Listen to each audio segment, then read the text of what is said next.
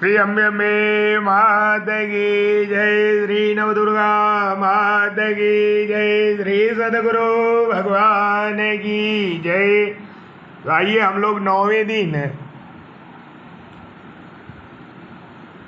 12वें अध्याय और 13वें अध्याय का वर्णन सुनेंगे, जिसमें 12वें अध्याय में देवी चरित्रों के पाठ का महात्म्य और 13वें अध्याय में सूरत और वैश्य को देवी का वरदान प्राप्त होता है।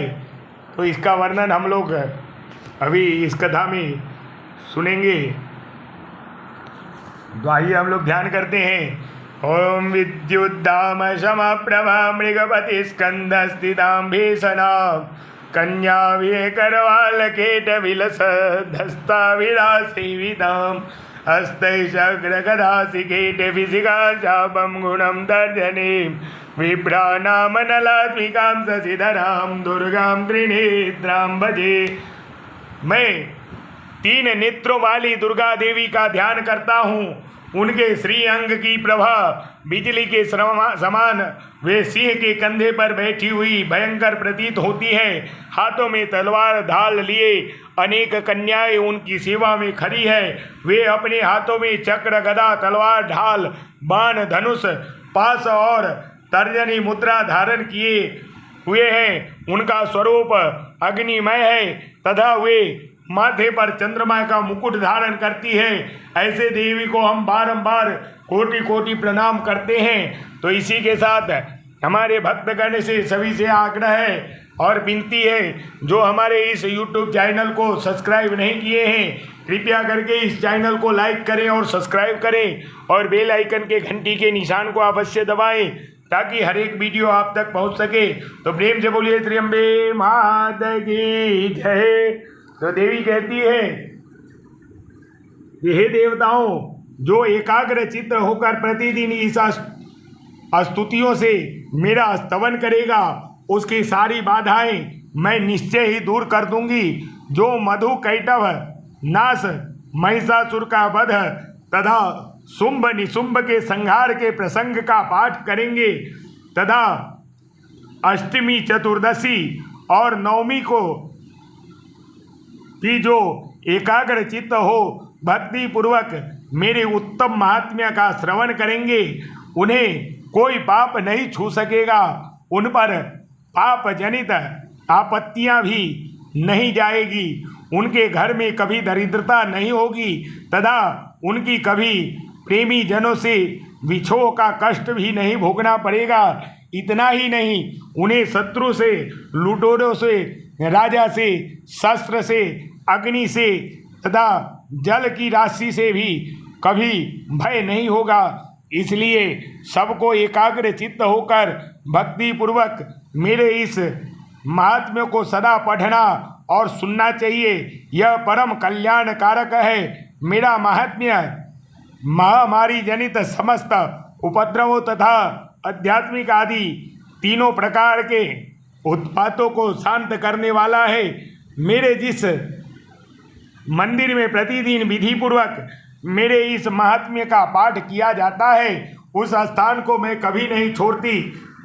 वहाँ सदा मेरा सान्निध्य बना हुआ रहता है। बलिदान, पूजा, होम तथा महोत्सव के अवसरों पर मेरी इस चरित्र का पूरा पाठ और श्रवण करना चाहिए। ऐसा करने पर मनुष्य विधि को जानकर या बिना जाने भी मेरे लिए जो बलि पूजा या होम आदि करेगा, उसे मैं बड़ी प्रसन्नता के साथ ग्रहण करूंगी।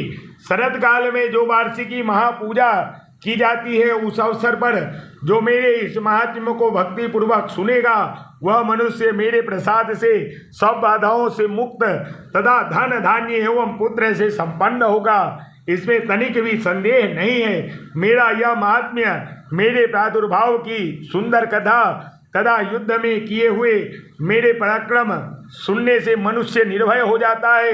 मेरे महात्म्य का श्रवण करने वाले पुरुषों के शत्रु नष्ट हो जाते हैं, उन्हें कल्याण की प्राप्ति होती है तथा उनका कुल आनंदित रहता है। सर्वत्र शांति कर्म में बुरे सुस्वप्न दिखाई देने पर तथा ग्रह जनित भयंकर पीड़ा उपस्थित होने पर मेरा महात्म्य श्रवण करना चाहिए। इससे सब विघ्न तथा भयंकर ग्रह पीड़ाएं शांत हो जाती है और मनुष्यों द्वारा देखा हुआ दुस्वप्न सुस्वप्न में परिवर्तित हो जाता है। बाल ग्रहों से आक्रांत हुए बालकों के लिए यह महात्म्य शांतिकारक है तथा मनुष्य के संगठन में फूट होने पर यह अच्छी प्रकार मित्रता कराने वाला होता है। यह महात्म्य समस्त दुराचारियों के बल का नाश करने वाला है। इसके पाठ मात्र से राक्षसों भूतों और पिशाचों का नाश हो जाता है। मेरा यह सब महात्म्य मेरे सामीप्य की प्राप्ति कराने वाला है। पशु पुष्प अर्घ्य धूप दीप गंध आदि उत्तम सामग्रियों द्वारा पूजन करने से, ब्राह्मणों को भोजन कराने से, होम करने से, प्रतिदिन अभिषेक करने से, नाना प्रकार के अन्न भोगों का अर्पण करने से तथा दान देने आदि से एक वर्ष तक जो मेरी आराधना की जाती है और उससे मुझे जितनी प्रसन्नता होती है उतनी प्रसन्नता मेरे इस उत्तम चरित्र का एक बार श्रवण करने मात्र से हो जाता है। यह महात्म्य श्रवण करने पर पापों को हर लेता है और आरोग्य प्रदान करता है। मेरे प्रादुर्भाव कीर्तन समस्त भूतों से रक्षा करता है तथा मेरा युद्ध विषयक चरित्र दुष्ट दैत्यों का संहार करने वाला है। इसके श्रवण करने मात्र से मनुष्य के शत्रु का भय नहीं रहता। देवताओं तुमने और ब्रह्मर्षियों ने जो मेरी स्तुति की है तथा ब्रह्मा जी ने जो स्तुतियाँ की है वे सभी कल्याणमयी बुद्धि प्रदान करती है।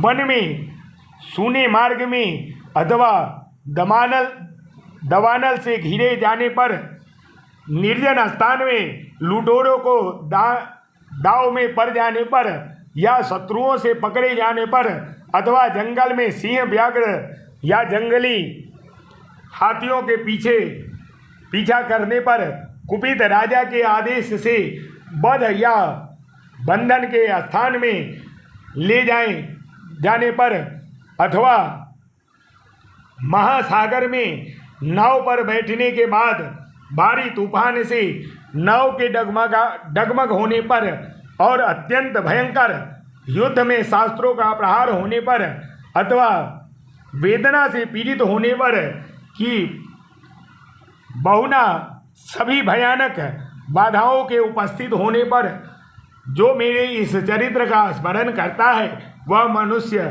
संकट से तत्काल मुक्त हो जाता है। मेरे प्रभाव से सिंह आदि सिंहक जंतु नष्ट हो जाते हैं तथा लुटेरों और शत्रु भी मेरे चरित्र का स्मरण करने वाले पुरुष से दूर भाग जाते हैं। तब ऋषि कहते हैं कि यो कहकर प्रचंड पराक्रम वाली भगवती चंडिका सब देवताओं के देखते देखते वहीं अंतर्ध्यान हो गई।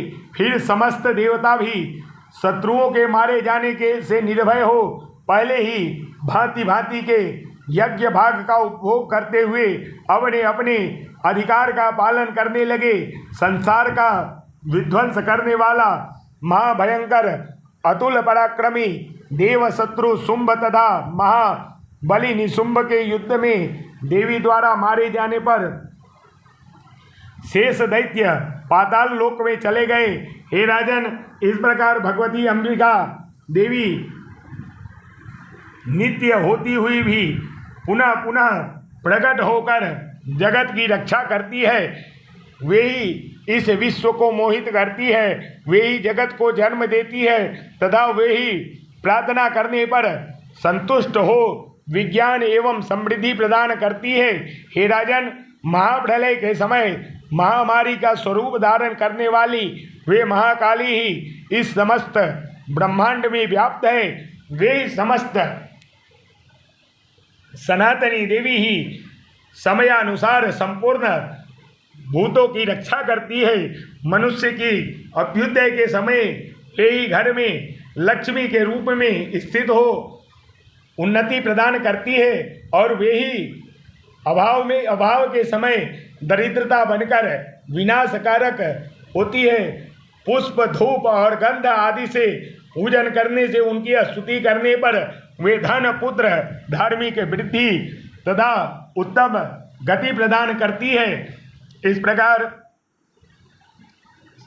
जय जय श्री मार्कंडेय पुराणे श्रावणिके मनवंतरे देवी महात्म्य फलास्तुति नाम 12वां अध्याय यहाँ पूरा होता है। अब 13वां अध्याय का श्रवण करेंगे। ध्यान। ओम बालार्कमंडलाभासां चतुर्बाहुं त्रिलोचनां पाशांकुशबराभीतिं धारयन्तीं शिवां भजे। जो उदय काल के सूर्य मंडल की सी कांति धारण करने वाली है, जिनके 4 भुजाएं और 3 नेत्र हैं, तथा जो अपने हाथों में पाश, अंकुश, बर एवं अभय की मुद्रा धारण किए रहती है, उन शिवा देवी का मैं ध्यान करता हूँ। तो ऋषि कहते हैं कि हे राजन, इस प्रकार मैंने तुमसे देवी के अनुपम महात्म्य का वर्णन किया। जो इस जगत को धारण करती है, उस देवी का ऐसा ही प्रभाव है। वे ही विद्या उत्पन्न करती है। भगवान विष्णु की महामाया स्वरूपा उस भगवती के द्वारा ही तुम ये वैश्य तथा अन्य विवेक जन मोहित होते हैं, मोहित हुए हैं तथा आगे भी मोहित होते रहेंगे। हे महाराज, तुम उसी परमेश्वरी की शरण में जाओ। आराधना करने पर वे ही मनुष्यों को भोग, स्वर्ग तथा मोक्ष प्रदान करते हैं। तो मार्कंडेय उवाच, तो मार्कंडेय जी कहते हैं कि क्रौष्टुकी जी मेघा मुनि के यो वचन सुनकर राजा सुरथ ने उत्तम व्रत का पालन करने के लिए उस महाभाग महर्षि को प्रणाम किया। वे अत्यंत ममता और राज्यापहरण से बहुत खिन्न हो चुके थे। हे महामुनि, इसलिए विरक्त होकर वे राजा तथा वैश्य तत्काल तपस्या को चले गए और वे जगदम्बा के दर्शन के लिए नदी के तट पर रहकर तपस्या करने लगे। वे वैश्य उत्तम देवी सूक्त का जप करते हुए तपस्या में प्रवृत्त हुए। वे दोनों नदी के तट पर देवी की मृगमयी मूर्ति बनाकर पुष्प, धूप और हवन आदि के द्वारा उनकी आराधना करने लगे। उन्होंने पहले तो आहार को धीरे धीरे कम किया, फिर बिल्कुल निराहार रहकर देवी में ही मन लगाए एकाग्रता पूर्वक उनका चिंतन आरंभ किया। वे दोनों अपने शरीर के रक्त से प्रोक्षित बलि देते हुए लगातार 3 वर्षों तक संयम पूर्वक आराधना करते रहे। इस पर प्रसन्न होकर जगत को धारण करने वाली चंडिका देवी प्रत्यक्ष दर्शन देकर कहती है, देवी कहती है कि हे राजन तथा अपने कुल को आनंदित करने वाले वैश्य, तुम लोग जिस वस्तु की अभिलाषा रखते हो वह मुझसे मांगो, मैं संतुष्ट हूँ, अतः तुम्हें वह सब कुछ दूंगी। तब मार्कंडेय जी कहते हैं, तब राजा ने दूसरे जन्म में नष्ट न होने वाला राज्य मांगा तथा इस जन्म में भी शत्रुओं को, सेना को बलपूर्वक नष्ट करने पुनः अपना राज्य प्राप्त कर लेने का वरदान मांगा। वैश्य का चित्त संसार की ओर से खिन्न एवं विरक्त हो चुका था। वे बड़े बुद्धिमान थे, अतः उस समय उन्होंने तो ममता और अहंता रूप आसक्ति का नाश करने वाला ज्ञान मांगा। तब देवी कहते हैं कि हे राजन, तुम थोड़े ही दिन में शत्रुओं को मारकर अपना राज्य प्राप्त कर लोगे। अब वहाँ तुम्हारा राज्य स्थित रहेगा। फिर मृत्यु के पश्चात तुम भगवान विवस्वान के अंश में जन्म लोगे। इस पृथ्वी पर सावर्णिक मनु के नाम से विख्यात होगे। वैवस्वंतर, तुमने भी जिस वर को मुझसे प्राप्त करने की इच्छा की है उसे देती हूँ। तुम्हें मोक्ष के लिए ज्ञान प्राप्त होगा। और इस प्रकार मार्कंडेय जी कहते हैं, इस प्रकार उन दोनों को मनोवांछित वरदान देकर तथा उनके द्वारा भक्ति पूर्वक अपनी स्तुति सुनकर देवी अंबिका तत्काल अंतर ध्यान हो गई। इस तरह देवी से वरदान पाकर क्षत्रियों में श्रेष्ठ सुरथ सूर्य से जन्म ले सावर्णिक नामक मनु होंगे। इस प्रकार जय जय श्री मार्कंडेय पुराण सावर्णि के मनमंतरे देवी महात्म्ये सुरथ वैद्य वैश्य वर प्रदानम नाम त्रयोदशो ध्याय संपूर्णम श्री जगदम्बार्पणमस्तु। इस प्रकार ये देवी का चरित्र 13वां अध्याय यहाँ पर पूर्ण होता है। आप लोगों ने 9 दिन में ये 13 अध्याय का श्रवण किया, तो प्रेम से बोलिए श्री अम्बे माता की जय, श्री नवदुर्गा माता की जय, श्री सद्गुरु भगवान की जय। हमारे भक्तगण से विशेष आग्रह है, जो अभी तक इस चैनल को सब्सक्राइब नहीं किए हैं कृपया करके इस चैनल को लाइक और सब्सक्राइब करें और बेल आइकन घंटी के निशान को अवश्य दबाएं ताकि हर एक वीडियो आप तक पहुंच सके। तो प्रेम से बोलिए सद्गुरु भगवान की जय, श्री नवदुर्गा माता की जय।